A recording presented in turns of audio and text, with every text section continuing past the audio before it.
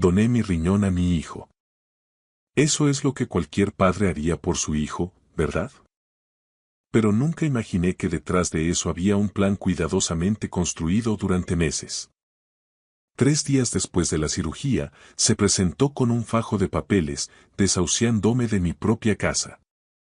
El dolor emocional caló más hondo que cualquier herida quirúrgica. De repente, una doctora irrumpió en la habitación con el rostro encendido de furia y dijo algo que hizo que la cara de mi hijo se pusiera blanca como el papel.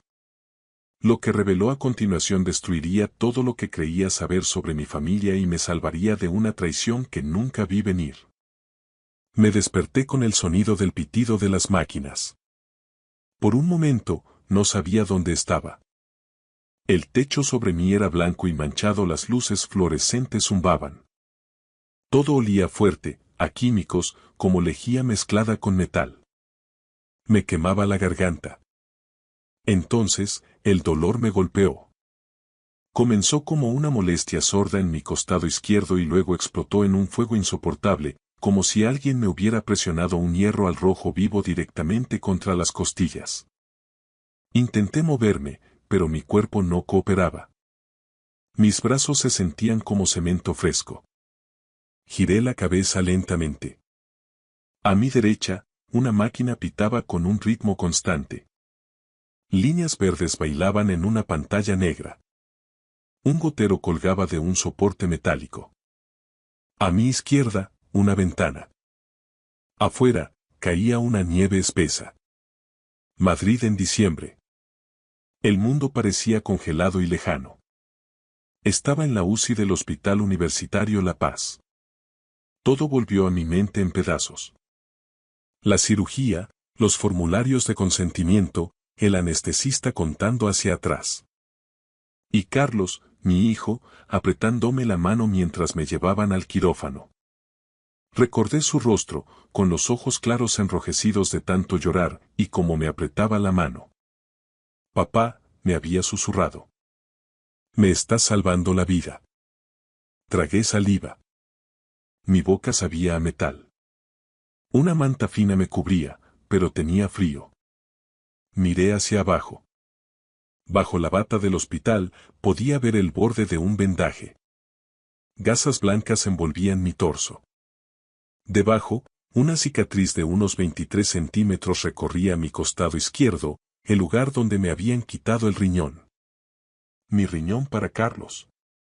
Porque mi hijo se estaba muriendo insuficiencia renal. Etapa 4. Necesitaba un trasplante. Y yo era compatible. Un donante perfecto. ¿Qué clase de padre sería si dijera que no? Presioné el botón de llamada. Mis dedos temblaban. Un minuto después, la puerta se abrió. Entró una mujer con uniforme azul. Mayor, de unos 50 años, con ojos amables y el pelo gris recogido. Su placa decía Carmen Arribas, enfermera. Señor García, dijo suavemente. Ya está despierto. ¿Cómo se siente? Como si me hubieran cortado por la mitad, dije. Mi voz salió ronca. Ella sonrió, pero la sonrisa no llegó a sus ojos. Es normal. Salió de la cirugía ayer. El dolor irá mejorando. Ayer. Había perdido un día entero. ¿Dónde está Carlos?, pregunté. ¿Dónde está mi hijo? Algo cruzó su rostro por un segundo. Luego desapareció. Su hijo se está recuperando en otra planta, señor García, dijo ella. Revisó el gotero y ajustó la manta. No me miraba a los ojos. ¿Está bien? ¿Puedo verle? Todavía no. Necesita descansar. Asentí. Tenía sentido. Ambos acabábamos de pasar por una cirugía mayor. Por supuesto que nos mantendrían separados por ahora. Carlos estaba bien. Eso era lo único que importaba. Pensé en los últimos 5 años, en lo vacía que se sentía la casa después de que Elena falleciera. ¡Qué silencio! Había llamado a Carlos tantas veces, pero él siempre estaba ocupado, siempre en otro lugar. Hasta que hace 2 semanas se presentó en mi puerta, pálido y temblando, diciéndome que estaba enfermo, que me necesitaba. Y yo dije que sí sin dudarlo, porque eso es lo que hacen los padres. Miré el vendaje en el lugar donde me faltaba una parte de mí. Me dolía, pero valía la pena. Mi hijo viviría. Eso era lo único que contaba. Pero cuando levanté la vista, la enfermera Carmen seguía junto a la puerta mirándome, y la expresión de su rostro no era de alivio. Era otra cosa. Abrió la boca como si quisiera decir algo, luego la cerró, sacudió la cabeza y salió. Me quedé mirando la puerta cerrada. Algo no iba bien. La forma en que me miró, como si supiera algo que yo no, como si sintiera lástima por mí. ¿Pero por qué? Afuera, la nieve seguía cayendo. Las máquinas seguían pitando. Y en algún lugar de este hospital, mi hijo se estaba recuperando. Al menos eso era lo que me decía a mí mismo. Pasaron 2 días que parecieron una lenta tortura. El primer día se fundió con el segundo. Los médicos iban y venían. Las enfermeras revisaban mis constantes vitales. Todos sonreían y repetían la misma frase. Su hijo está bien, señor García. Está descansando. Se lo preguntaba a cada persona que entraba en la habitación. Al joven médico de ojos cansados, a la enfermera que traía agua, incluso al celador que vaciaba la papelera. ¿Dónde está Carlos? ¿Cuándo podré verle? La respuesta nunca cambiaba. Está bien. Está descansando. Pronto. Pero ese pronto nunca llegaba. El dolor en mi costado se volvió familiar. Un latido sordo que se agudizaba cuando me movía. Para la segunda mañana, me hicieron sentarme y luego ponerme de pie. Un fisioterapeuta con una carpeta me dijo que diera 3 pasos. Lo hice. Cada uno se sentía como caminar sobre cristales rotos. No me importaba el dolor. Solo quería ver a mi hijo. La UCI era sobrenaturalmente silenciosa por la noche. Demasiado silenciosa. Me quedaba despierto escuchando el zumbido de las máquinas, viendo la nieve caer tras la ventana. Madrid se veía hermosa en esta época del año, blanca y limpia, pero amargamente fría. Pensé en Elena. Mi esposa había muerto hacía 5 años. Desde entonces, la casa se sentía demasiado grande, demasiado vacía. Solía sentarme a la mesa de la cocina y mirar su silla, esperando que entrara con el café y esa sonrisa que hacía que todo se sintiera seguro. Nunca lo hizo. Después de que ella murió, Carlos se alejó. Dejó de llamar, dejó de visitarme. Me dije a mí mismo que estaba pasando el duelo, que necesitaba espacio. El espacio se convirtió en meses. Los meses se convirtieron en años. Hasta hace 2 semanas. Apareció en mi puerta llorando, diciendo que se estaba muriendo, diciendo que me necesitaba. Y por primera vez en 5 años, me sentí necesitado de nuevo. En la segunda tarde, me trasladaron de la UCI a una habitación planta en el 4.º piso más pequeña, más tranquila, con una sola cama junto a la ventana. La vista era la misma. Cielo gris nieve, una ciudad envuelta en invierno. La enfermera Carmen vino alrededor de las 3. Me ayudó a sentarme en un sillón junto a la ventana. Sus manos eran suaves, pero su rostro mantenía la misma expresión preocupada, como si supiera algo que no quería decir. Enfermera Carmen, pregunté, ¿cuándo puedo ver a Carlos? Ella dudó, bajando la mirada hacia sus manos. Su hijo vendrá a visitarle mañana, señor García. ¿Mañana? El alivio aflojó la presión en mi pecho. Gracias. Ella asintió, pero no sonrió. Se giró hacia la puerta, hizo una pausa y por un momento pensé que me advertiría de algo. ¿Qué explicaría esa mirada en sus ojos? No lo hizo. Se fue. Me senté junto a la ventana mientras caía la tarde, viendo cómo se encendían las luces de Madrid. Las luces de Navidad parpadeaban en la distancia. Rojo, verde, dorado. El mundo se preparaba para las fiestas, las familias se reunían. Mañana vería a mi hijo. Mañana lo abrazaría y le diría que le quería. Que todo había valido la pena. Sonreí por primera vez desde que desperté. Mañana. No tenía idea de que el mañana lo destruiría todo. El tercer día llegó con cielos grises y una nevada intensa. Había estado despierto desde el amanecer, mirando por la ventana, esperando. Las enfermeras trajeron el desayuno, pero no pude comer. Tenía el estómago hecho un nudo, no por el dolor, sino por la anticipación.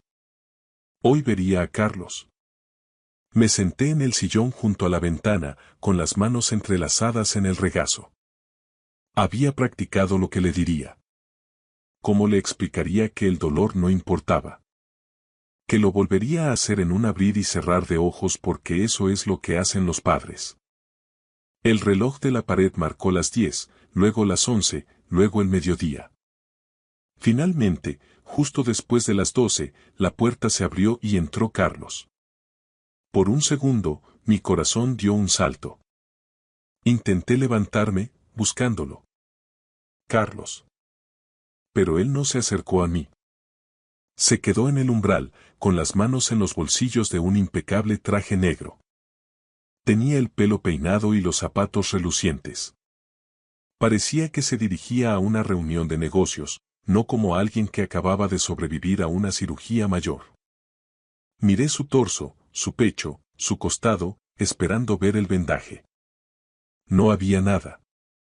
¿Dónde está tu vendaje?, pregunté. Él no respondió. Solo me miró con ojos fríos. Vacíos. Entonces los vi. Dos personas entraron en la habitación detrás de él. Una mujer con un traje oscuro, de unos 30 y tantos años, que llevaba un maletín de cuero negro, y una mujer más joven con el pelo rubio que escribía en su móvil.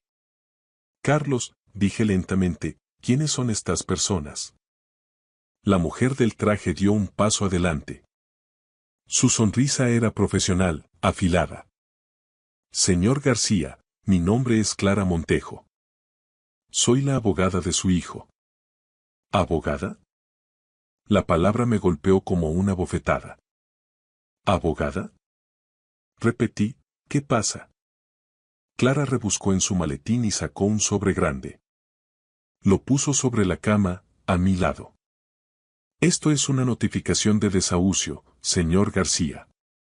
Me quedé mirando el sobre, luego a ella, y después a Carlos. No entiendo. Usted firmó la cesión de la propiedad de su casa a su hijo antes de la cirugía, dijo Clara con calma. La propiedad ahora le pertenece a él. Las palabras no tenían sentido. No, dije, esos eran formularios de consentimiento médico. Lee la letra pequeña, papá, dijo Carlos. Su voz era plana, sin emociones. Miré el sobre. Mis manos temblaban tanto que no podía abrirlo. Carlos, susurré, ¿qué está pasando? Te van a trasladar a la residencia de mayores Amanecer, dijo él. Es un centro de cuidados. Ya he pagado 6 meses. ¿Un centro de cuidados? Me estaba metiendo en un asilo. Sentí que algo se rompía dentro de mí, no con estruendo, sino en silencio, como el hielo crujiendo bajo un peso excesivo. Pero te di mi riñón, dije. Mi voz era apenas audible. Te salvé la vida. Carlos ladeó la cabeza. Y por primera vez, vi algo brillar en sus ojos. Diversión. ¿Y qué hay de tu operación? Pregunté, ¿qué pasa con tu riñón? Él sonrió. No fue una sonrisa cálida. No fue amable. No hubo ninguna operación para mí, papá. La habitación dio vueltas. Las paredes se cerraron sobre mí. No podía respirar. ¿Qué? Nunca estuve enfermo. La mujer rubia que estaba detrás de él, Tania, finalmente levantó la vista de su teléfono. Esbozó una sonrisa burlona. Me quedé mirando a Carlos, al hijo que había criado, al niño al que había enseñado a montar en bicicleta. Al hombre al que acababa de dar parte de mi cuerpo para salvarlo, y todo lo que vi fue a un extraño. ¿Por qué? Susurré. Él se encogió de hombros. Porque podía. Mi pecho se sintió hueco, como si alguien hubiera metido la mano y hubiera sacado todo lo que importaba. Mi riñón, mi casa, mi hijo. Todo había desaparecido. Clara se aclaró la garganta. Señor García, le sugiero que revise los documentos. Me entregó una tarjeta de visita. No la cogí. Cayó al suelo. Carlos se dio la vuelta para irse. Tania le siguió, todavía pegada a su móvil. Clara cerró su maletín de un golpe. Y así, sin más, se estaban marchando. Abrí la boca para decir algo, para gritar, para suplicar, pero no salió ningún sonido. Antes de que la puerta pudiera cerrarse, se abrió de golpe de nuevo. Una mujer entró furiosa. Llevaba una bata blanca sobre el uniforme azul. Tenía el pelo oscuro recogido en un moño apretado y su rostro estaba lleno de furia. No me miraba a mí. Miraba directamente a Carlos. «Alto ahí mismo», dijo ella. Su voz cortó la habitación como una cuchilla. Carlos se quedó petrificado y, por primera vez desde que entró, vi que el miedo cruzaba su rostro. La mujer que entró parecía lo suficientemente furiosa como para detener un corazón. Se plantó en el umbral, con su bata blanca ondeando y sus ojos oscuros clavados en Carlos con una intensidad que haría confesar a cualquiera. «Soy la doctora Rebeca Piedra, jefa de cirugía de trasplantes de este hospital», declaró. Carlos se enderezó, intentando recuperar la compostura, y se ajustó la chaqueta del traje. «Doctora, esto es un asunto familiar privado». «El tráfico de órganos nunca es privado, señor García», su respuesta quedó flotando en el aire como humo denso. Yo no entendía nada. Miré a la DRA. Piedra y luego a mi hijo. «¿De qué está hablando?», pregunté. La expresión de la doctora se suavizó al mirarme, pero solo un poco. «Su hijo nunca estuvo enfermo, señor García». Las palabras no calaron al principio, rebotaron en mi cerebro como piedras sobre el agua. «¿Qué?», balbuceé, «él falsificó sus registros médicos». Sacudí la cabeza. «No, las pruebas». «El médico dijo que tenía insuficiencia renal». «Esos médicos fueron sobornados», sentenció la DRA. Piedra. «Los registros fueron fabricados». Miré a Carlos, esperando que lo negara, pero no dijo nada. Mis manos se aferraron a los reposabrazos del sillón hasta que mis nudillos se pusieron blancos. «Entonces, ¿dónde está mi riñón?». La doctora no vaciló.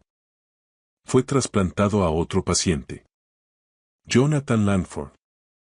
Un hombre que realmente se estaba muriendo». Ese nombre no me decía nada, pero la forma en que lo dijo hizo que se me revolviera el estómago. Carlos finalmente habló. «Esto es ridículo». «Lo es». La DRA. Piedra sacó una tableta de debajo de su bata. «No hay constancia de que usted haya sido ingresado aquí nunca, señor García. Ni análisis de sangre, ni citas de diálisis». Giró la pantalla hacia él. «Nada». El rostro de Carlos se puso pálido. La abogada Clara dio un paso al frente, pero la doctora la cortó. «No creo que su cliente quiera alegar que cometió fraude contra su propio padre, contra este hospital y contra la ley federal». No podía respirar. La habitación se encogía. Vi lástima en los ojos de la doctora por primera vez. «Dinero, señor García», me dijo. «Su hijo vendió su riñón por 500.000 euros». €500.000. La cifra era demasiado grande, imposible. Miré a Carlos. ¿Es eso cierto? No respondió. Carlos, es verdad. Silencio. La familia del señor Langford organizó una transacción privada, explicó la DRA. Piedra. Les dijeron que el donante era su hijo, un joven dispuesto a ayudar a un extraño, y pagaron en consecuencia. Pero no fue él, dije yo. No, fue usted. Y él se llevó el dinero. Hasta el último céntimo. Miré a mi hijo, al hombre en el que había confiado mi vida. ¿Por qué? Repetí. Carlos finalmente levantó la vista. Sus ojos eran puro hielo. ¿Por qué podía?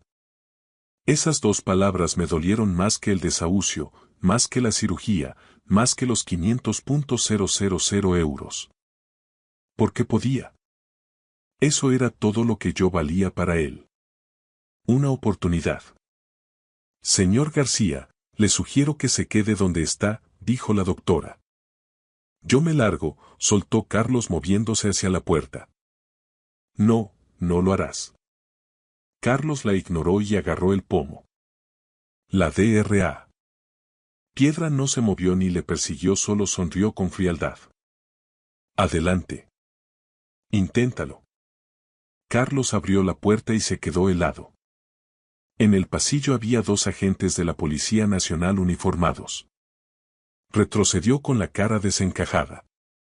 Hice una llamada antes de entrar aquí, dijo la doctora con calma. ¿De verdad pensaste que te dejaría marchar así como así? Todo sucedió muy rápido. Los dos oficiales entraron en la habitación. El más veterano, el agente Vázquez, tenía el pelo canoso y una mirada serena. El más joven, el agente Navarro, era más corpulento y llevaba la radio enganchada al cinturón. Carlos retrocedió, alejándose de la puerta. Déjenme ir, dijo, y esta vez su voz temblaba de verdad. Esto es un malentendido.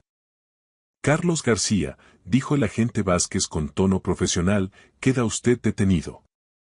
El agente Navarro dio un paso adelante y sacó los grilletes. Dese la vuelta, señor.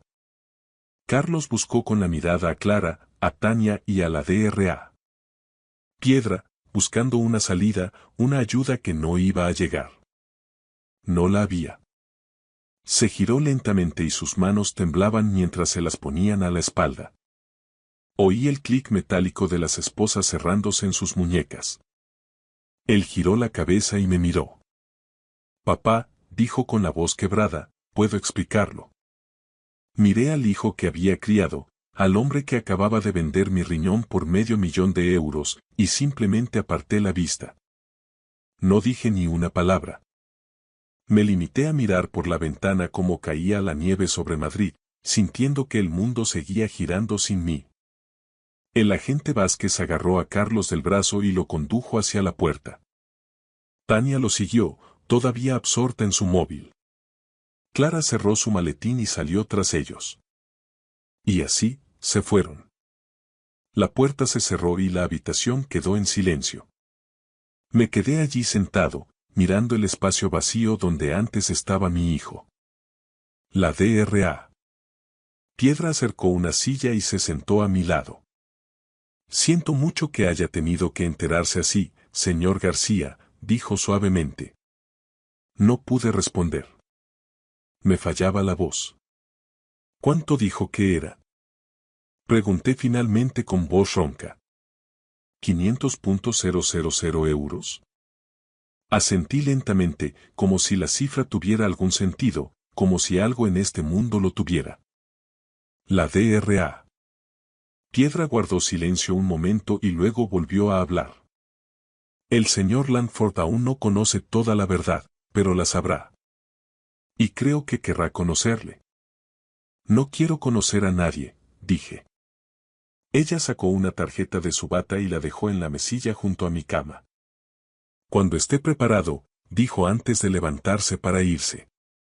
En la puerta, se detuvo. Señor García, usted ha salvado la vida de un hombre hoy. Lo haya pretendido o no, eso es lo que cuenta. Luego ella también se fue. Me quedé solo en la habitación vacía. Las máquinas pitaban. La nieve caía. Y en algún lugar de esta ciudad, se llevaban a mi hijo detenido. Miré hacia la puerta y me di cuenta de algo. Lo había perdido mucho antes de hoy. Mucho antes de la cirugía. Mucho antes de que apareciera llorando en mi casa hace 2 semanas. Simplemente, no lo sabía. 2 días después, un extraño entró en mi habitación. Llevaba un traje caro. Su rostro era delgado y pálido, pero sus ojos estaban claros, llenos de vida. Se detuvo a los pies de mi cama y pronunció 3 palabras que lo cambiarían todo. Usted me salvó. Supe quién era incluso antes de que hablara. Todo el mundo en Madrid conocía a Julián Lancina, multimillonario tecnológico, filántropo, el hombre cuya empresa empleaba a media ciudad, y el hombre que ahora tenía mi riñón. Parecía más delgado que en las fotografías. Su rostro estaba pálido y sus movimientos eran cautelosos, pero sus ojos eran agudos y sinceros. Detrás de él estaba un hombre más joven con un abrigo oscuro, Mateo Mesonero, según supe después, silencioso y vigilante. Señor García, dijo Julián, ¿puedo sentarme? Asentí. Se bajó lentamente en la silla junto a mi cama, moviéndose como alguien que entiende el dolor. Por un momento, ninguno de los dos habló. Pensé que el donante era su hijo, dijo Julián finalmente. Un joven que quería ayudar de forma anónima. Aparté la mirada. Mi hijo solo quería ayudarse a sí mismo. La expresión de Julián no cambió, pero algo brilló en sus ojos. Cuando la Dra. Piedra me contó la verdad, me quedé horrorizado. El silencio se instaló entre nosotros. Afuera, la nieve había parado y el cielo estaba pálido y despejado. He estado enfermo durante 2 años, dijo Julián en voz baja. Mis nietos pensaban que me estaba muriendo. Mi médico dijo que me quedaban meses, tal vez menos. Hizo una pausa. Usted me salvó la vida, señor García. Lo haya pretendido o no. No pretendía salvar a nadie, dije. Pero lo hizo. No supe qué decir a eso. Julián se inclinó un poco hacia adelante.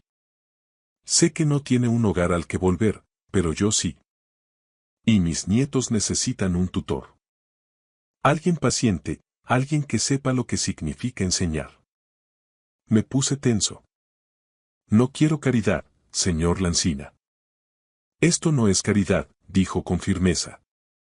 Esto es gratitud y tal vez una segunda oportunidad para ambos. Le estudié. Este hombre no me debía nada. Yo no había elegido salvarle. Me habían mentido, manipulado y usado. Pero aquí estaba él, ofreciéndome algo que ni siquiera sabía que necesitaba. Un lugar, un propósito. Mateo se adelantó y puso una tarjeta de visita en la mesilla junto a mi cama. Cuando esté listo, señor García. Julián se levantó lentamente, haciendo una mueca de dolor. Piénselo. No tiene que decidir hoy. Pero creo que ambos sabíamos que ya lo había hecho. Miré a este hombre, un extraño que no me debía nada y lo debía todo, y por primera vez en 5 días, sentí algo más que traición. Sentí una posibilidad. Lo pensaré, dije. Julián sonrió. Es todo lo que pido. Se fue en silencio, con Mateo siguiéndole por detrás. La habitación se sintió más cálida de alguna manera, más brillante. Cogí la tarjeta de visita. Era sencilla, elegante. Solo un nombre, un número y una dirección en la urbanización La Moraleja. No lo sabía entonces, pero esa decisión me salvaría. No de la pobreza, sino de la soledad. 6 meses después, la nieve de Madrid se había derretido para dar paso a una primavera radiante. Me encontraba en el jardín de una hermosa finca en las afueras, sentado en un banco de piedra bajo la sombra de un gran olivo. El aire olía a hierba recién cortada y a flores de azahar. Abuelo Arturo. Mira lo que he encontrado. Gritó Leo, el más pequeño de los 3 nietos de Julián, mientras corría hacia mí con una piedra de forma extraña en la mano. Leo, Sofía y Hugo no son mis nietos biológicos, pero me llaman abuelo no porque tengan que hacerlo, sino porque quieren. Después de que Carlos fuera procesado por fraude y tráfico de órganos, y condenado a varios años de prisión, Julián cumplió su palabra. Me ofreció una casa, un trabajo como tutor y mentor de sus nietos, y algo que el dinero no puede comprar. Una familia de verdad. A veces, la cicatriz de mi costado todavía tira un poco cuando el tiempo cambia, pero ya no me recuerda el dolor de la traición. Ahora me recuerda que mi sacrificio no fue en vano. Salvó a un hombre bueno que, a cambio, me salvó a mí de la soledad y la desesperanza. Aprendí por las malas que la sangre no siempre hace a la familia. La familia son las personas que te respetan, que te cuidan y que nunca te harían sentir como una simple transacción comercial. Salir de un entorno tóxico, aunque sea tu propio hijo, no es abandono, es supervivencia. Hoy, mientras veo a los niños jugar bajo el sol español, sé que Dios no desperdició mi dolor. Lo usó para guiarme a un hogar donde realmente pertenezco. Nunca es tarde para empezar de nuevo, nunca es tarde para elegirse a uno mismo y encontrar la familia que el destino te tenía preparada. Gracias por escuchar mi historia hasta el final. Si resonó contigo, dale like, escribe en los comentarios qué fue lo que más te tocó y no olvides decir de dónde eres. Suscríbete al canal, vienen muchas más historias. La casa estaba a oscuras cuando Diego García entró con su coche en el camino de entrada a las 3 de la madrugada. 3 días antes de lo previsto, su misión en el extranjero se había acortado tras una resolución diplomática que nadie esperaba. Él había tomado el primer transporte disponible desde la base. 16 horas de vuelo, otras 2 de trámites en la base militar de Bétera, en Valencia, y luego el largo viaje de vuelta por carretera hasta su casa en un pueblo rural de la provincia de León. Estaba agotado, pero la idea de ver la cara de su hija Sofía lo había mantenido despierto durante todo el trayecto. 6 meses. Ese era el tiempo que había estado fuera esta vez. Sofía ya tenía 7 años y había perdido su cumpleaños por 2 semanas. La culpa le carcomía durante cada patrulla, cada misión, pero este era su último despliegue. Ya había presentado los papeles para su retiro. Después de 12 años en el mando de operaciones especiales, MOU, Diego volvía a casa para siempre. Apagó el motor y se quedó sentado un momento, saboreando la quietud. Nada de morteros ni disparos, solo el sonido de los grillos y el viento distante entre los pinos. La casa se veía exactamente como la había dejado.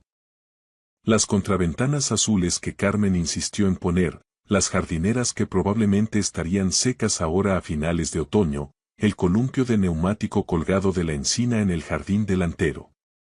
Diego agarró su petate y caminó sigilosamente hacia la puerta principal. Quería darles una sorpresa. Carmen probablemente estaría dormida, pero tal vez Sofía hubiera tenido una pesadilla y estuviera despierta. Solía meterse en su cama cuando tenía miedo. El pensamiento le hizo sonreír. La puerta estaba sin echar la llave. Eso fue lo primero que le pareció mal. Le había dicho a Carmen 1000 veces que cerrara siempre, especialmente cuando él estaba fuera. Diego la empujó lentamente, dejando que su entrenamiento tomara el control. La casa estaba demasiado silenciosa. No era el silencio pacífico del sueño, sino algo distinto. Cruzó el salón. Platos en el fregadero. Cartas esparcidas sobre la encimera. El bolso de Carmen en la mesa. Subió las escaleras, cada paso cuidadoso y deliberado. La puerta de su dormitorio estaba abierta. Carmen estaba allí, desparramada sobre la cama con la ropa que había llevado ese día, con un brazo colgando por el borde.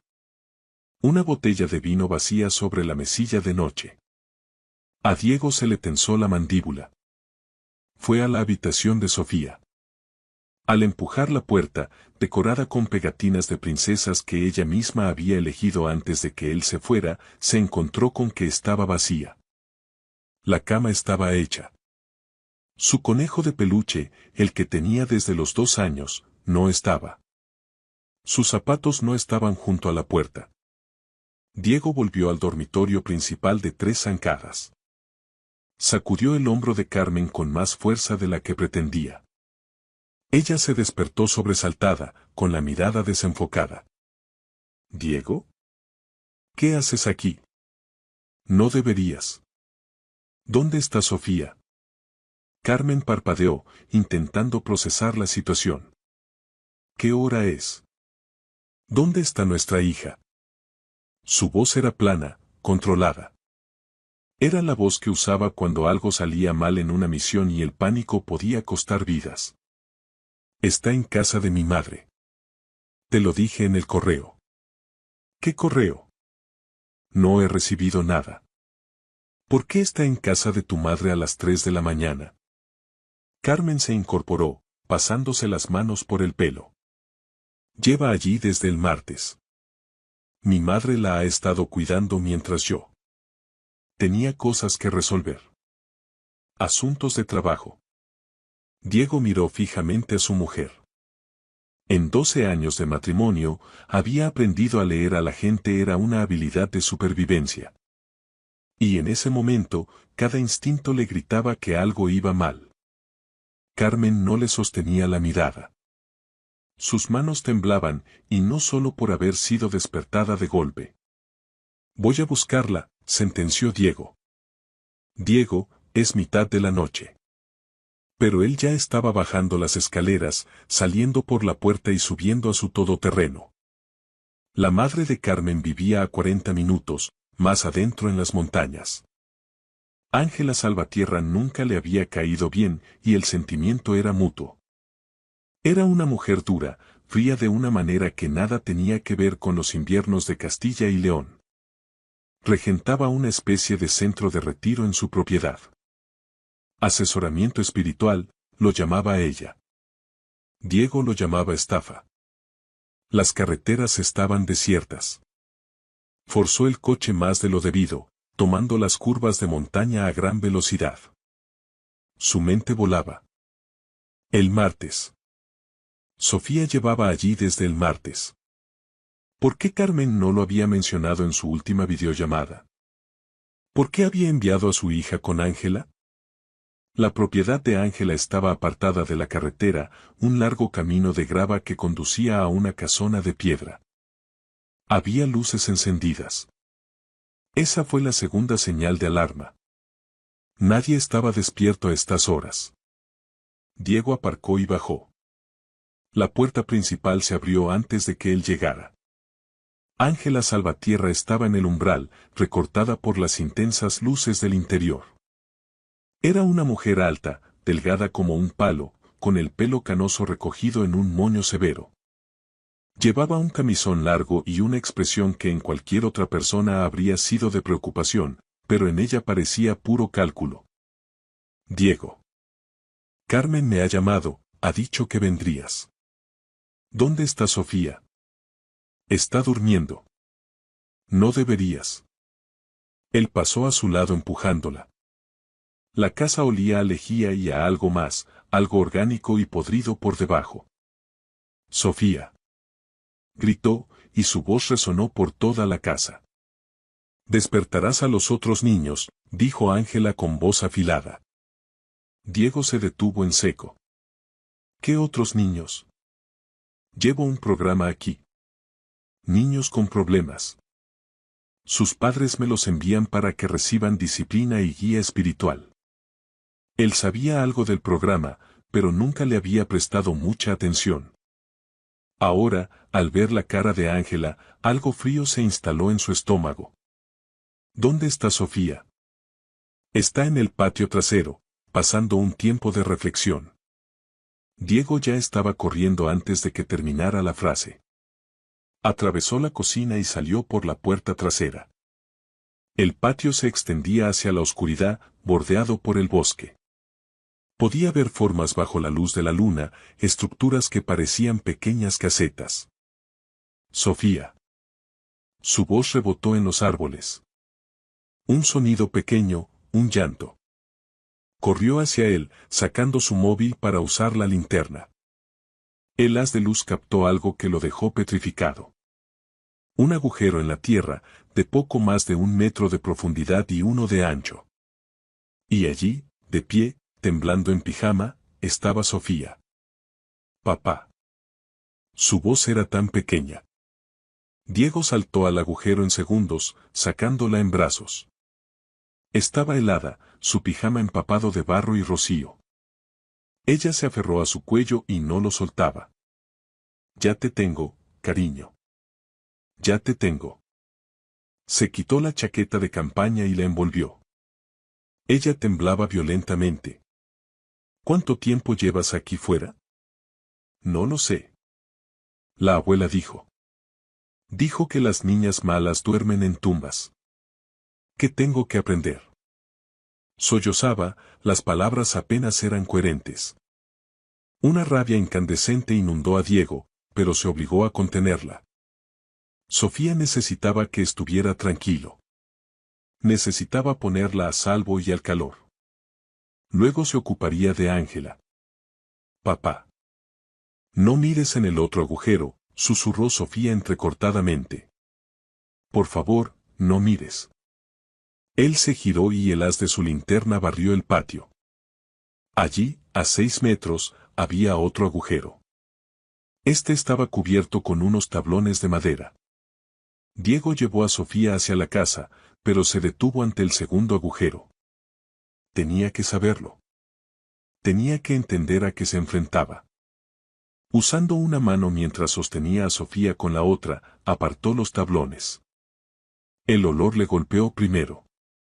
Descomposición, tierra y algo químico. Apuntó la luz hacia abajo. Huesos. Huesos pequeños, un cráneo que era inconfundiblemente humano y de un niño. Retazos de tela y algo más, una placa metálica, como una chapa de identificación con un nombre grabado. Sara Cano. El entrenamiento de Diego tomó el mando, anulando el horror.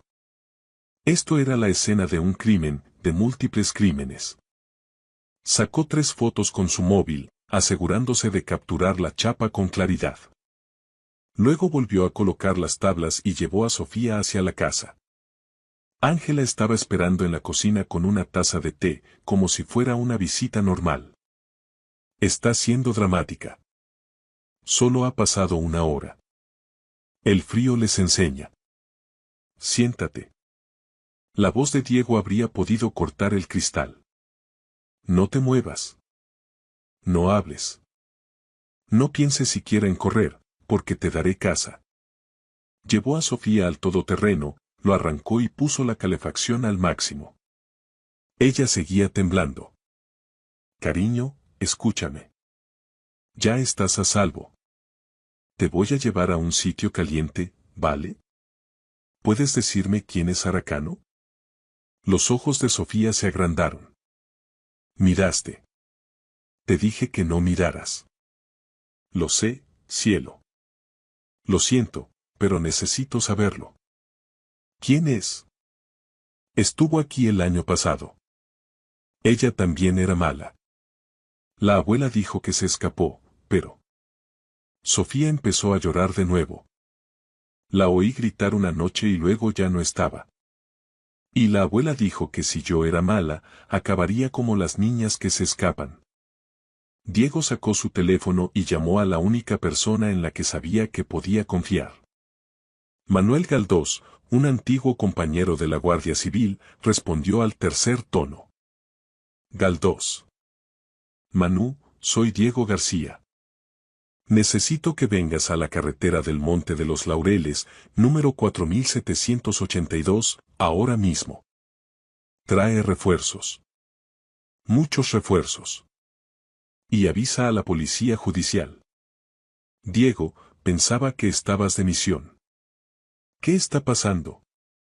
Acabo de encontrar a una niña muerta en un hoyo en la propiedad de mi suegra. Y puede haber más. Silencio al otro lado. Luego. Estoy a 10 minutos. No cuelgues. Diego miró hacia la casa. Ángela estaba en la ventana, observando. No parecía preocupada. Parecía enfadada. Eso le dijo todo lo que necesitaba saber. Ella creía que se saldría con la suya, que ya lo había hecho antes. Manu, escucha bien. La dueña es Ángela Salvatierra. Dirige una especie de programa de disciplina religiosa para niños. Mi hija estaba en un agujero en el patio trasero. Dice que llevaba allí una hora, pero no sé si es verdad. Hay otro agujero con restos. La víctima podría ser una tal Sara Cano. Por el amor de Dios. Puede que haya otros niños en la propiedad ahora mismo, continuó Diego. Ángela mencionó a otros niños. Tenemos que sacarlos. Estoy llamando a protección de menores y a la central, dijo Galdós. Diego, saca a tu hija de allí. Ya está hecho. Estoy en el coche con ella. Pero Manu, no me voy de aquí hasta saber que todos los niños están a salvo. No vuelvas a entrar en esa casa. Es una orden. Pero Diego ya se estaba moviendo. Se volvió hacia Sofía. Cariño, necesito que bloquees las puertas y te quedes en el coche. Mantén la calefacción puesta. Voy a por los otros niños, ¿vale? Vuelvo enseguida. Papá, no. Te prometo que tendré cuidado. Pero esos niños necesitan ayuda, igual que tú. Le besó la frente. Cierra las puertas. Si alguien que no sea yo o un policía se acerca al coche, toca el claxon sin parar. ¿Entendido?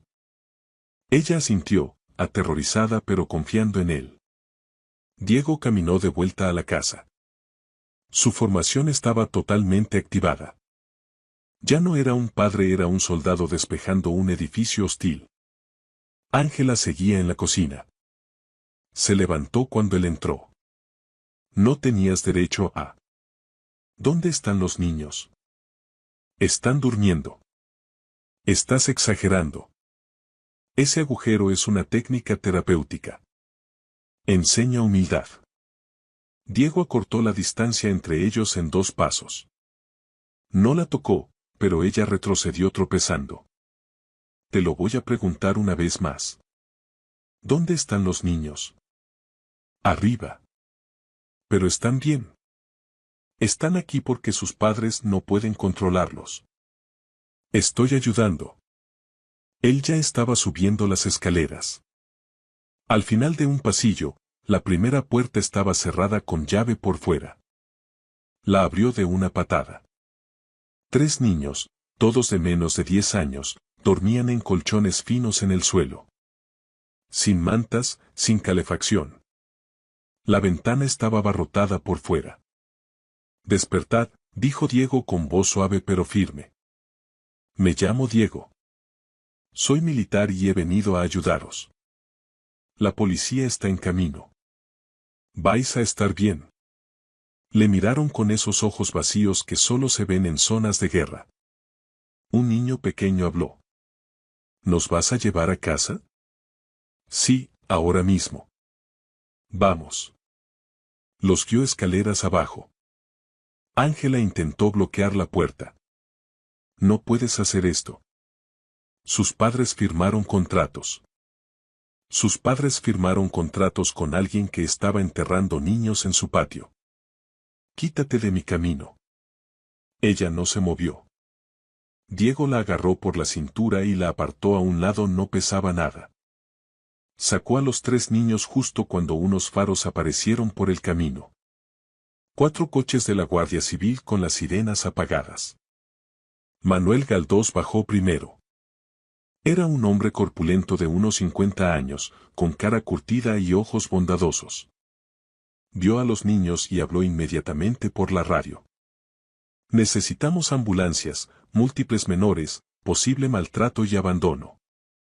Las 2 horas siguientes fueron un caos. Llegaron más agentes, la policía judicial, servicios sociales. Encontraron a 6 niños más en una habitación cerrada en el sótano. Todos estaban desnutridos, con hematomas, aterrorizados. Todos tenían historias sobre los agujeros del patio, sobre los castigos, sobre niños que se escapaban. Encontraron 3 tumbas más. Diego se sentó en su coche con Sofía envuelta en una manta, viendo cómo los investigadores pululaban por la propiedad. Ángela había sido detenida, insistiendo todavía en que ayudaba a niños problemáticos, que todo lo que hacía era disciplina legal. Manu se acercó al amanecer. Van a necesitar declaraciones tuyas y de Sofía. Hoy no. Primero tiene que verla un médico.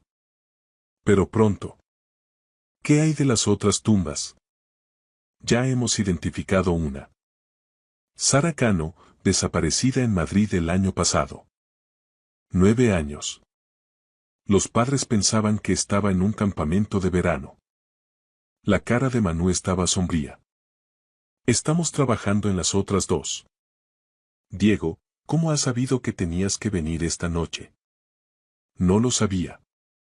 Vine pronto de mi misión. Carmen me dijo que Sofía estaba aquí. Simplemente. Supe que algo iba mal. La expresión de Manu cambió al oír el nombre de su mujer. Tendremos que hablar con Carmen también. ¿Sabía ella lo que pasaba aquí? Diego miró a su amigo. No lo sé, pero voy a averiguarlo. Sofía se removió contra su pecho. Papá, ¿podemos irnos a casa ya? A esa casa no, cariño. Vamos a ir a un hotel, ¿vale? Un sitio seguro y calentito, con servicio de habitaciones y películas. Y te quedarás conmigo. No volveré a dejarte sola nunca más. Te lo prometo. Mientras Diego se alejaba conduciendo, el sol salía sobre las montañas de León. Por el retrovisor veía las luces azules de la policía todavía parpadeando. Pensó en los padres de esos niños, que pronto recibirían llamadas que los destruirían. Pensó en los padres de Sara Cano, que por fin tendrían respuestas tras un año de incertidumbre. Y pensó en Carmen, durmiendo en su cama, que había enviado a su hija a esa casa sabiendo que Ángela dirigía un programa de disciplina y que la había enviado de todos modos. Sofía no era una niña problemática, era dulce, lista y feliz. ¿Por qué la había enviado allí? Las manos de Diego se tensaron en el volante. Había sido entrenado para combatir enemigos en el extranjero, pero ahora se daba cuenta de que el verdadero enemigo había estado aquí todo el tiempo, escondido a plena vista.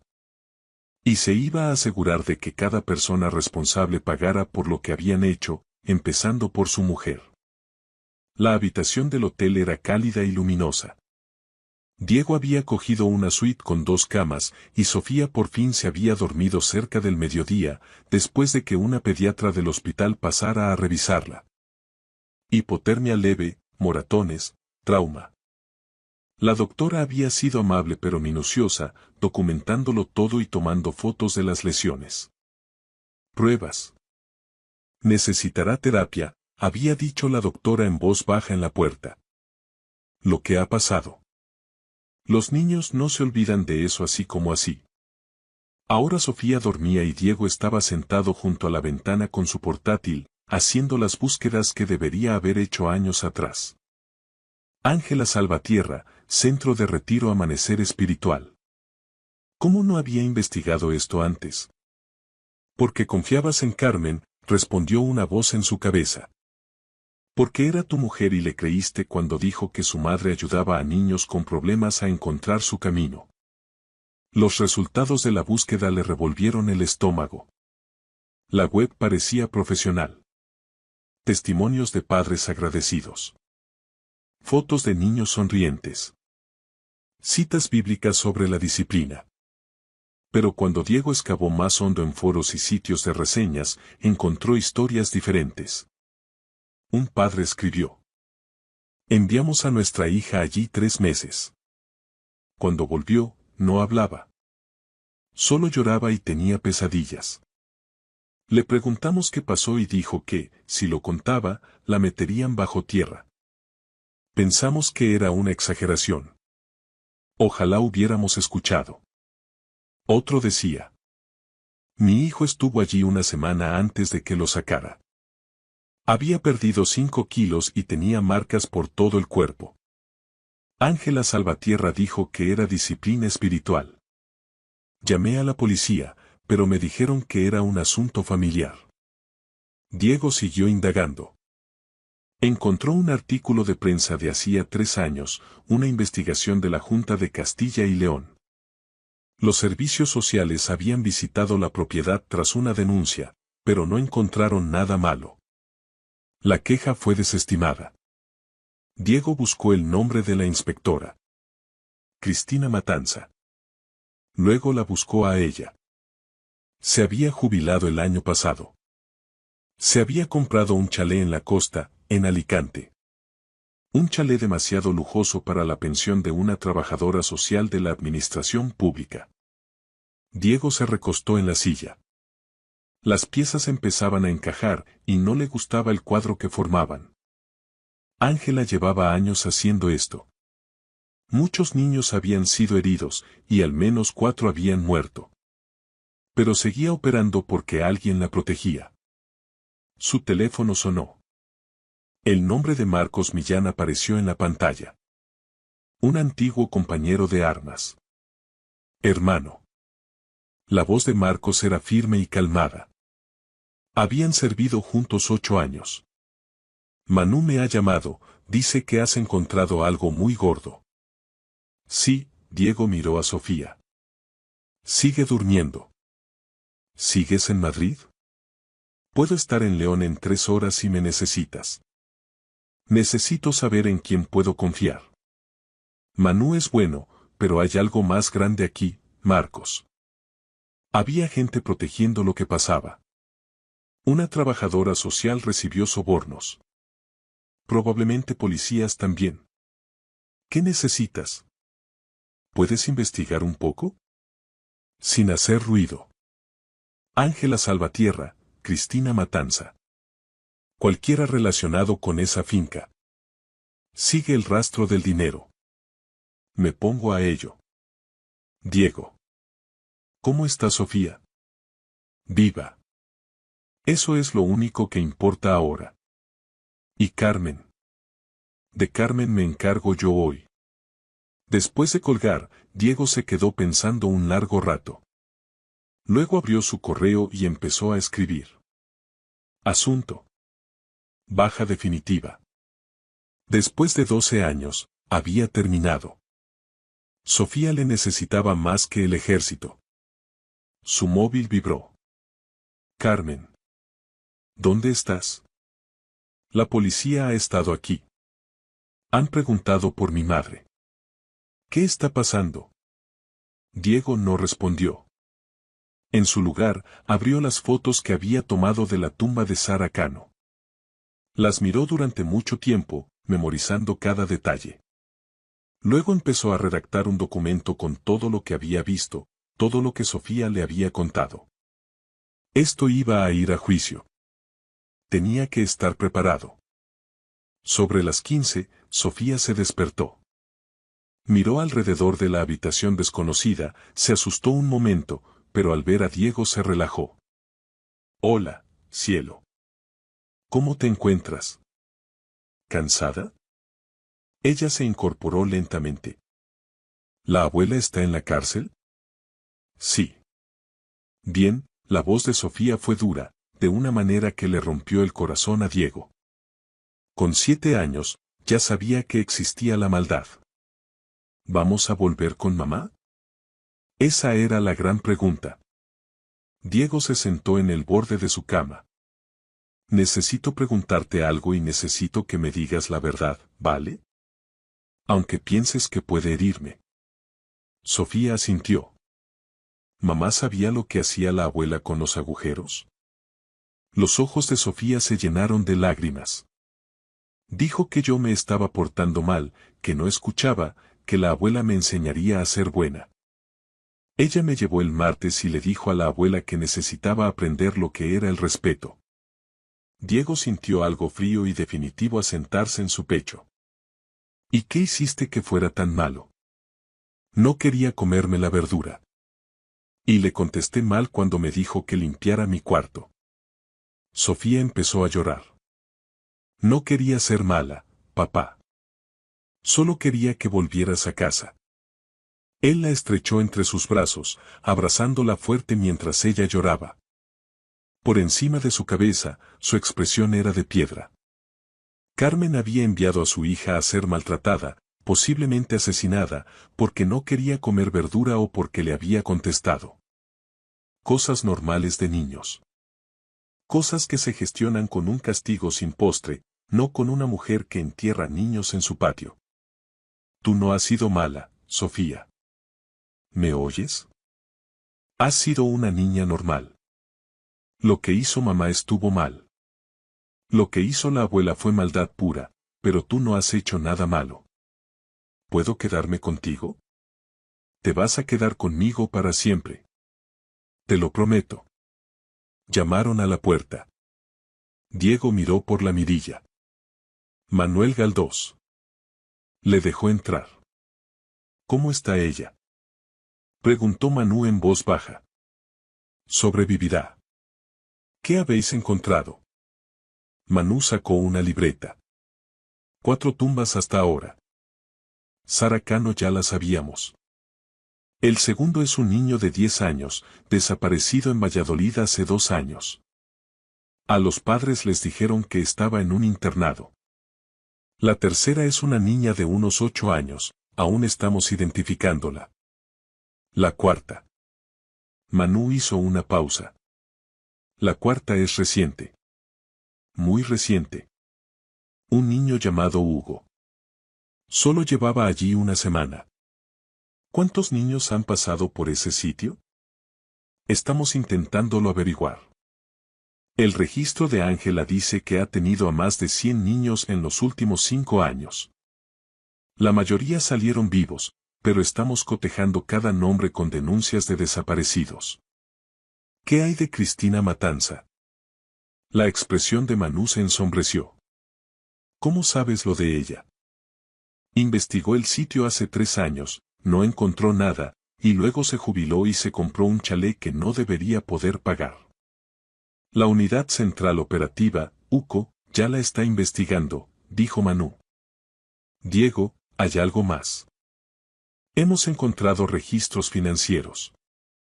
Ángela cobraba a los padres 50.000 euros por un programa de 3 meses. La mayoría pagaban en efectivo. Estamos hablando de millones de euros. ¿Dónde está el dinero? Eso es lo que no cuadra. Sus cuentas bancarias tienen ingresos, pero nada que se acerque a esas cantidades. El dinero va a otra parte. Diego pensó en ello. Ángela tenía un socio o socios. Alguien que hacía que esto pareciera legítimo. Alguien que impedía que las autoridades miraran demasiado cerca. Eso es lo que piensa también la policía, añadió Manú. Están revisando sus llamadas. Pero Diego. Manú vaciló. Quieren hablar con Carmen. Tu mujer tenía que saber algo. Lo sabía, la voz de Diego era plana. Sofía me lo ha contado. Carmen la llevó allí el martes. Le dijo a Ángela que Sofía necesitaba aprender respeto. Manú puso cara de asco. Lo siento mucho. No lo sientas. Solo asegúrate de que todos caigan. Me da igual quiénes sean o qué contactos tengan. Todos. Después de que Manú se fuera, Diego tomó una decisión. Llamó a Elena, la hermana de Carmen. Ella respondió al segundo tono. ¿Diego? Por Dios, Carmen me ha dicho que estás aquí. ¿Estás bien? Me ha dicho algo de que han detenido a su madre. Elena, escúchame con atención. Tu madre dirigía un centro de tortura. Maltrataba a niños. 4 de ellos han muerto. Sofía estaba en un hoyo en el patio cuando la encontré. Silencio. Luego, no. Eso no puede ser. Mamá ayuda a niños con problemas. Es estricta, pero nunca. He visto las tumbas yo mismo. La Guardia Civil está excavando ahora. Niños de menos de 12 años, todos muertos por lo que tu madre les hizo. No me lo puedo creer. La voz de Elena temblaba. Diego, tiene que ser un error. No lo es. Y Elena, necesito saber algo. ¿Viste alguna vez algo raro? ¿Algo que te hiciera sentir incómoda? Yo. Hace años que no voy por allí. Mamá y yo discutimos. Decía que yo criaba a mis hijos demasiado blandos, que necesitaban mano dura. Le dije que se mantuviera alejada de nosotros. Pero Carmen seguía hablando con ella, decía que yo exageraba. Carmen envió a Sofía allí hace 4 días. No, Carmen no haría eso. Ella quiere a Sofía. La envió para que la castigaran porque Sofía no quería comer verdura. Otro largo silencio. Cuando Elena volvió a hablar, su voz era distinta. Más dura. ¿Dónde está Sofía ahora? Conmigo. A salvo. Manténla lejos de Carmen. Te lo digo en serio, Diego. Quiero a mi hermana, pero si sabía lo que hacía mamá y envió a Sofía de todos modos. Elena respiró hondo. ¿Qué puedo hacer? ¿Cómo ayudo? Solo di la verdad cuando te pregunten. Todo. No protejas a nadie. No lo haré. Diego, lo siento tanto. Diego volvió a su portátil. Marcos le había enviado un correo cifrado. Los registros financieros de Ángela mostraban pagos a varias personas. Un nombre destacaba. Julián Salvatierra, hermano de Ángela. Vivía en la ciudad y trabajaba como. Diego se quedó mirando la pantalla. Julián Salvatierra era juez de instrucción. A la mañana siguiente, Diego llevó a Sofía a un piso franco organizado por Manu. Estaba encima de una librería en el centro de León, propiedad de un policía retirado. Sofía se quedaría allí con una agente llamada Sara mientras Diego lidiaba con lo que venía. No quiero que te vayas, dijo Sofía, abrazando a su conejo de peluche. Volveré esta noche, te lo prometo. Sara es muy maja y aquí estará segura. La puerta tiene 3 cerrojos y hay un policía abajo. ¿Vale? Diego se arrodilló a su altura. Cariño, tengo que asegurarme de que la gente que te hizo daño no pueda hacérselo a nadie más. Eso es lo que voy a hacer hoy. ¿Puedes ser valiente por mí? ¿Vas a traer a mamá? Diego apretó la mandíbula. ¿Quieres ver a mamá? Sofía lo pensó un momento y luego negó con la cabeza. Todavía no. Quizás nunca. Está bien. No tienes que ver a nadie que no quieras. Le besó la frente y se fue con el corazón pesado. Pero mientras conducía por la ciudad, esa pesadez se transformó en una rabia fría y enfocada. Tenía objetivos. Ángela estaba en el calabozo, pero ella era solo el principio. Julián Salvatierra, Cristina Matanza. Y Carmen. Llegó a su casa a las 9. El coche de Carmen estaba en la entrada. Se preparó un momento y entró. Carmen estaba en la cocina, con aspecto demacrado. No había dormido. Al verle, se levantó rápido. Diego. Por fin.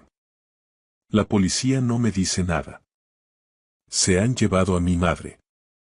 Dicen unas cosas ridículas. Tienes que decirles que se equivocan. ¿Dónde está Sofía? Supuse que estaría contigo. ¿Qué está pasando? ¿Por qué me miras así? Estoy intentando decidir si mi mujer es estúpida o es malvada. Carmen palideció. ¿Qué?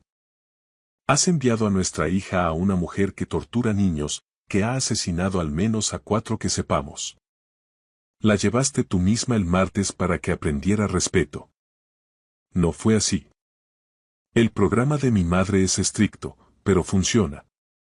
Ayuda a niños difíciles. Sofía no es difícil. La voz de Diego restalló como un látigo. Tiene 7 años. No quería comer verdura. Eso no es ser difícil, Carmen. Es ser normal. Se estaba volviendo incontrolable. Contestaba, no hacía caso. Y por eso la enviaste a que la enterraran viva en un agujero. Carmen abrió y cerró la boca. Eso no. Mi madre no haría eso. Yo mismo saqué a Sofía de ese hoyo. Eran las 2 de la mañana y estábamos a 2 grados bajo cero. Llevaba más de 1 hora de pie en el barro y el agua helada, llorando, aterrorizada.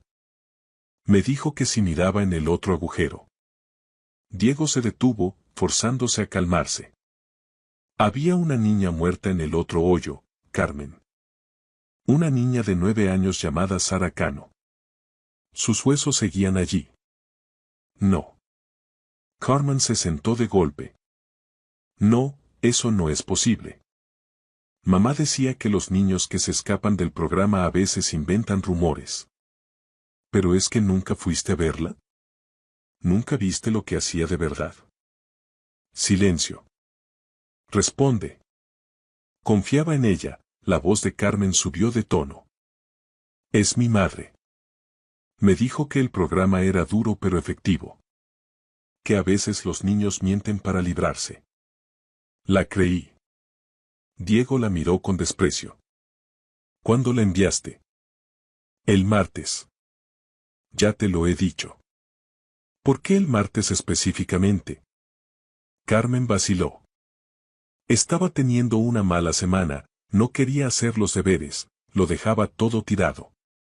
Yo estaba estresada con el trabajo y simplemente no podía más.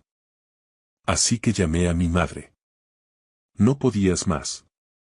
Así que enviaste a nuestra hija a un campo de tortura.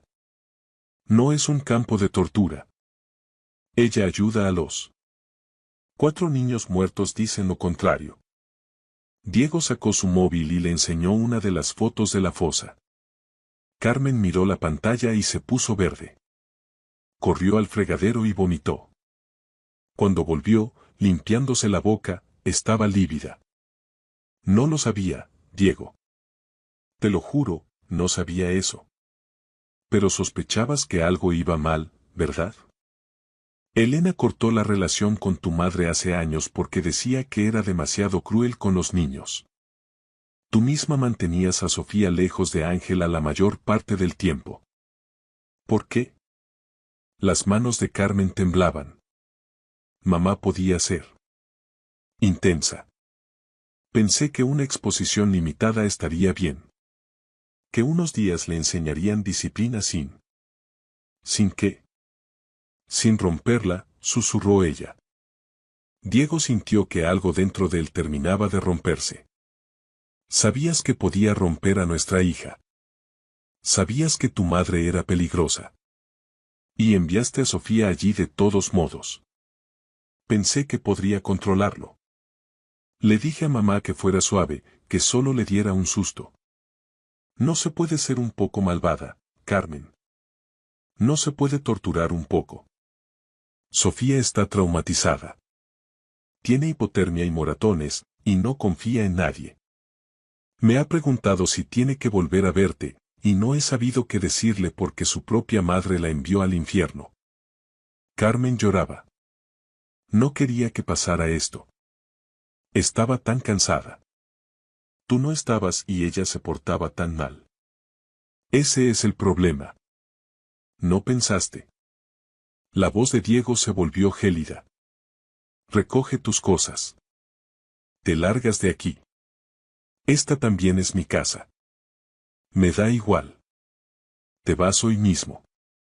Y si me das problemas, me encargaré de que todo el mundo sepa lo que has hecho. En tu trabajo, tus amigos, todos. Les diré que enviaste a tu hija a una mujer que asesinaba niños. Tengo mis derechos. Sofía también los tenía. Y Sara Cano, y Hugo. Tenían derecho a no ser enterrados vivos. Diego dio un paso hacia ella. Esto es lo que va a pasar. Vas a hablar con un abogado. Vas a aceptar darme la custodia total, la patria potestad exclusiva. Te vas a mantener lejos de Sofía a menos que ella pida verte. Y vas a colaborar totalmente con la Guardia Civil y la UCO en la investigación contra tu madre. ¿La Guardia Civil? ¿Crees que esto va a desaparecer así como así? Tu madre mataba niños por dinero, Carmen. Mucho dinero. Y alguien la ayudaba a taparlo. ¿Quieren saber quién? Así que les vas a contar todo lo que sepas de sus negocios, sus contactos, sus finanzas. Todo. No sé nada. Pues empieza a hacer memoria, porque si no colaboras, te van a acusar de complicidad. No lo sabía, Diego. Te lo juro por mi vida. No sabía que mataba niños. Pero sabías que les hacía daño, y no te importó. Diego se dirigió a la puerta. Tienes hasta mañana para mudarte. Si sigues aquí cuando vuelva con Sofía, llamaré a la policía. La dejó allí, llorando en la cocina de la casa que habían comprado juntos hacía 8 años. La casa donde habían traído a Sofía al nacer. Todo era cenizas ahora. Diego condujo para reunirse con Marcos en una cafetería a las afueras. Su amigo ya estaba allí con el portátil abierto. Tienes una cara espantosa, dijo Marcos. Me siento peor. ¿Qué has encontrado? Marcos sacó una carpeta. Julián Salvatierra, el hermano de Ángela. Ha sido juez de instrucción aquí durante 15 años. Lleva casos de menores y juzgados de familia. ¿Adivinas qué pasa cuando los padres se quejan del programa de Ángela? Déjame adivinar. Los casos se archivan. Exacto. He encontrado 6 denuncias en los últimos 5 años. Todas llegaron al juzgado de Julián. Todas archivadas como disputas familiares o alegaciones infundadas. 3 de esos niños están ahora desaparecidos. Diego apretó los puños. Él lo sabía. Y hay más, continuó Marcos. Cristina Matanza, la trabajadora social, es la exmujer de Julián. Se divorciaron hace 10 años, pero he revisado sus movimientos bancarios. Ha estado recibiendo pagos regulares de una sociedad limitada llamada Amanecer Holdings. ¿Adivinas quiénes son los dueños? Julián y Ángela. Al 50%. O sea, que Julián pone la protección legal, Cristina se encarga de las inspecciones de la Junta y Ángela dirige el cotarro. Esa es la teoría. La UCO está montando el caso ahora. Pero Diego. Puede que haya más gente implicada.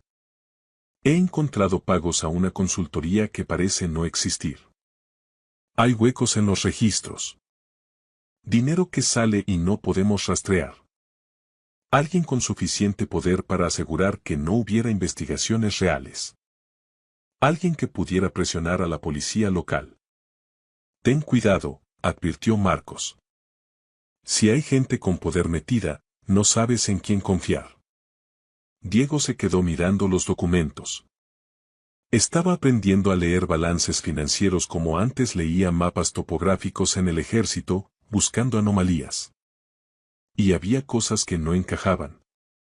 Retiradas de efectivo muy grandes de las cuentas de la sociedad todos los meses. Siempre el día 15.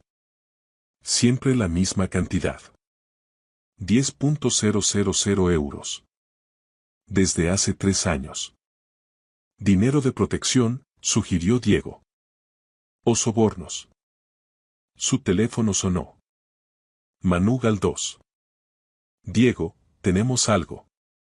Ángela está hablando. Está intentando pactar con la fiscalía.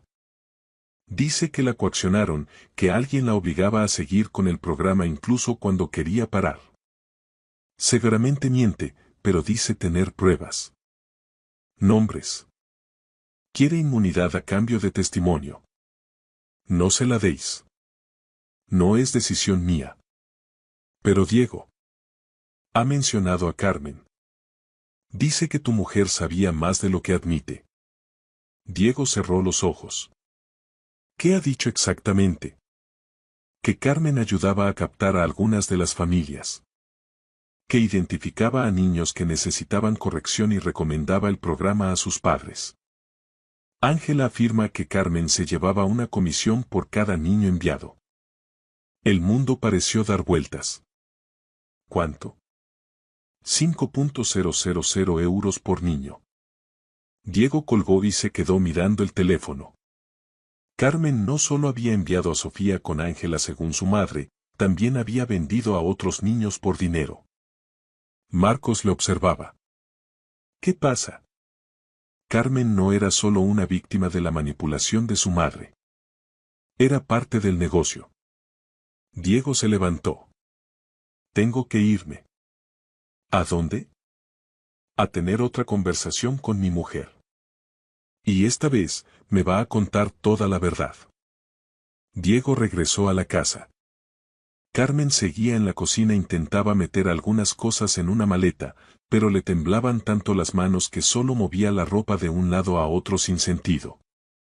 Diego, puedo explicarlo todo. Comenzó ella al ver su rostro. ¿Te pagaban, Carmen? La voz de Diego era baja, y por eso resultaba aún más aterradora. 5.000 euros por cabeza.